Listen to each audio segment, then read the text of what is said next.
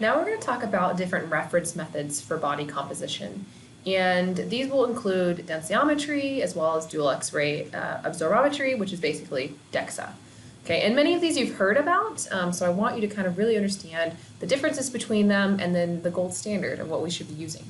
Okay, so densitometry is used to obtain reference measures for other ways of measuring body composition. So when we measure body composition with skin calipers, it was originally that formula we're using was based on this reference measure that was found in densitometry. Okay, and basically what densitometry is your body density, which is dB, estimated from a ratio of your body mass to body volume. Okay, so if you look at body density dB, it's basically equal to body mass Bm divided by body volume Bv.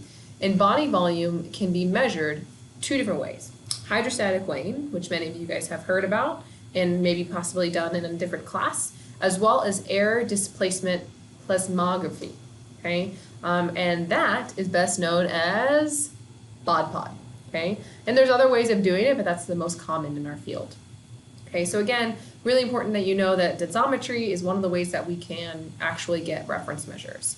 The other way that we can get it is through dual energy X-ray absorptiometry, which is DXA.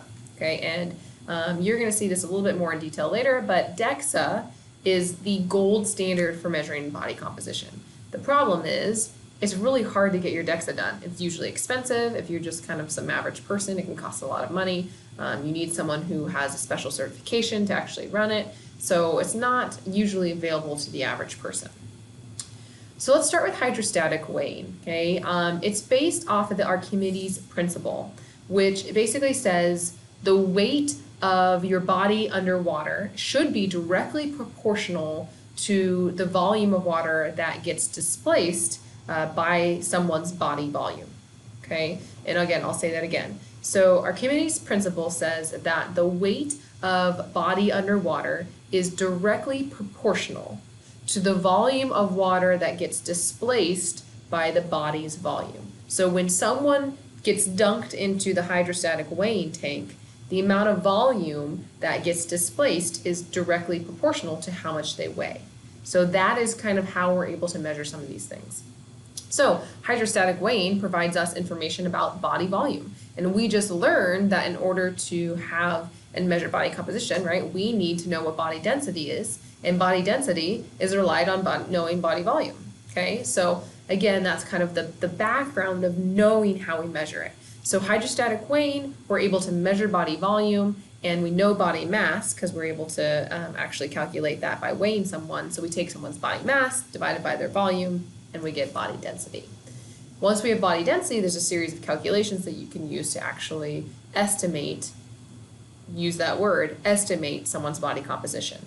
Hydrostatic weighing is not necessarily measuring it, you're estimating it, okay? Because DXA, you're actually measuring it. Hydrostatic weighing, you're estimating it because there's some assumptions that are made, okay? So body volume, again, is equal to body mass minus their underwater weight, okay? And you can get that from their body volume. Body volume must be corrected for residual lung volume, which is RV, and air in the GI tract. This is where some of these things actually can be assumed.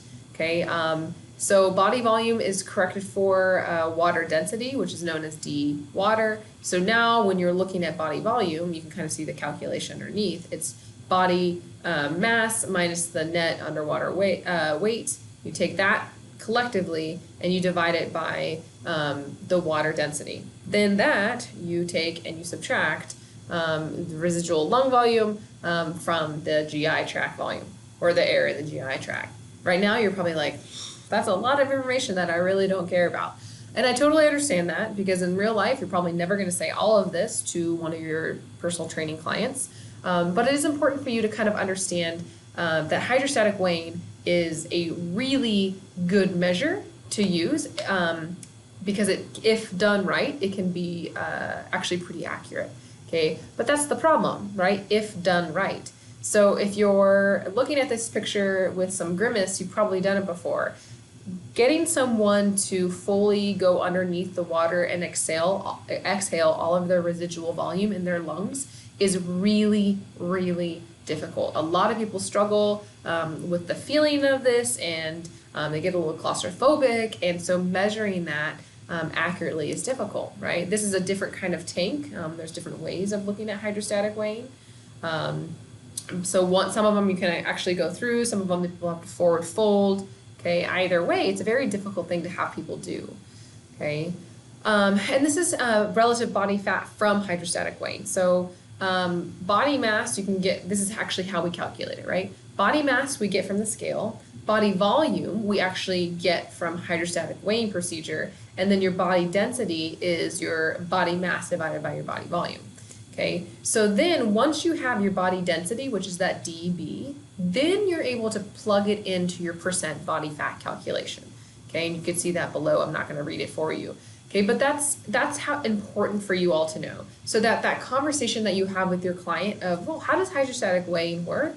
You can say, well, when you go underwater, we're looking at how much volume is displaced, and that should be right aligned with your weight. And once we know your body volume, we measure your body mass, we're able to calculate body density. And when we have body density, we have this standardized formula we can use to estimate your body fat percentage. So there are definitely ways to improve hydrostatic weighing reliability. First thing is follow pre-test guidelines, okay, and I'll talk about those later. Second thing is calibrate your scales. Make sure that they're actually measuring what they should be measuring, and utilize a testing procedure that is standard. And what we mean by that is that every single time someone comes into a lab and is administering the hydrostatic weighing, they're doing the exact same process. The other thing is that making sure that your client is fully submerged and that they've gotten rid of all of their residual volume, and that's what we mean by, exhaling all the way.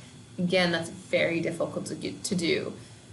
The hardest part is that in order to actually measure, if you should be getting 3 trials that are all within 100 grams of each other in the volume. It takes usually people anywhere from 8 to 10 tries on a good day to try to get it within 100 grams of each measurement, okay? And that's just, again, how the difficulty with hydrostatic weighing. Here's some more tips with hydrostatic weighing. Measuring residual volume instead of predicting it. So some people will actually, rather than measuring it, they will predict it. At Colorado State, we actually were able to measure residual volume by having kind of this mask on them and having them fully exhale before we did the hydrostatic weighing, and that enabled us to have a better, more accurate measure of their body fat percentage. There's some alternative techniques for clients who have difficulty underwater. You can use scuba belts if that helps with people, especially if they have a harder time actually submerging themselves underwater because they have such low body density. So hydrostatic weighing, again, a very good tool. It's more accurate than many other measures. The problem, again, just like DXA's, is that it's harder to access. If they do access it, it tends to be expensive, and there is a lot of room for human error, okay? What you'll see a little bit more in public, right, is air displacement plethysmography, which is ADP. You all will kind of know this as things like the bod pod, okay? And during air displacement work, what you have is the body volume, similar to hydrostatic weighing. What we're looking for is how much body volume is displaced. In hydrostatic weighing, we were able to measure that via water. In air displacement, we're actually able to measure that via air, right? And so it uses a two-chamber system to look at how much air is displaced. And there is a correction factor of thoracic gas volume, which is usually an assumption that's made. It's not something that's actually measured, okay? Body surface area is estimated from height and weight, so that's something that you should measure before you have someone do this type of testing procedure. So again, this is kind of what it looks like. We actually have one here on campus at the local rec center. Maybe some of you guys have done this before too. This is what it would look like on the inside. And it's a very small, as you can see in this form picture, it's it's small, right? And once you're in it, you kind of have to sit in this really specific position, wearing as little clothes as possible, removing hair. I'll talk about all of those things here in a moment. Okay, but it's really important for this to go right, for everything to go right in air displacement you kind of need to follow some of these techniques, okay? Again, ADP is faster and easier than underwater weighing. You just sit in here, do this thing, great, you're done, rather than having people do multiple tries, exhaling, coming back up, exhaling, coming back up, okay? Again, it's really important that they follow pre-test guidelines. They need to wear minimal, tight clothing and get rid of all hair as much as possible, and for both men and women, wearing a swim cap if they do have hair on their head, okay? And the reason why is that your body hair actually traps air, it's isothermal air, and as a result of that, someone's body fat percentage can actually be underestimated. So for guys who have beards, when they go in, if they still have a beard when they go into air displacement, their body fat percentage can actually be underestimated by 1%. Okay, even more so, right? If they're not wearing any kind of swim cap, it's been shown that you can actually underestimate your body fat by 2.3%. So is that a huge deal? Well, maybe not, but if we can control for it and better predict someone's body fat percentage, why not? Again, similar to underwater weighing, make sure you're following calibration procedures, and that kind of everything is standardized to how you've collected data in the past. Dual X-ray absorptiometry, DXAs. I love DXAs, but they're the gold standard, right, for measuring body composition. But the problem is they are just not accessible to people. Now, if you happen to work in a human development or a human performance lab like I did, you can, usually get access to it without a problem. But here in the state of California, it requires a pretty expensive certification to have to even push the button to do it. But if you ever get a chance to do it, not only administer it, but be a subject, I think I really suggest doing that. And so basically it's low dose X-ray, and you can see on the next picture, and it basically you lay down on this machine, it's low dose X-ray that kind of goes throughout your entire body, and it looks at the different amount of thickness and density and composition of your tissues.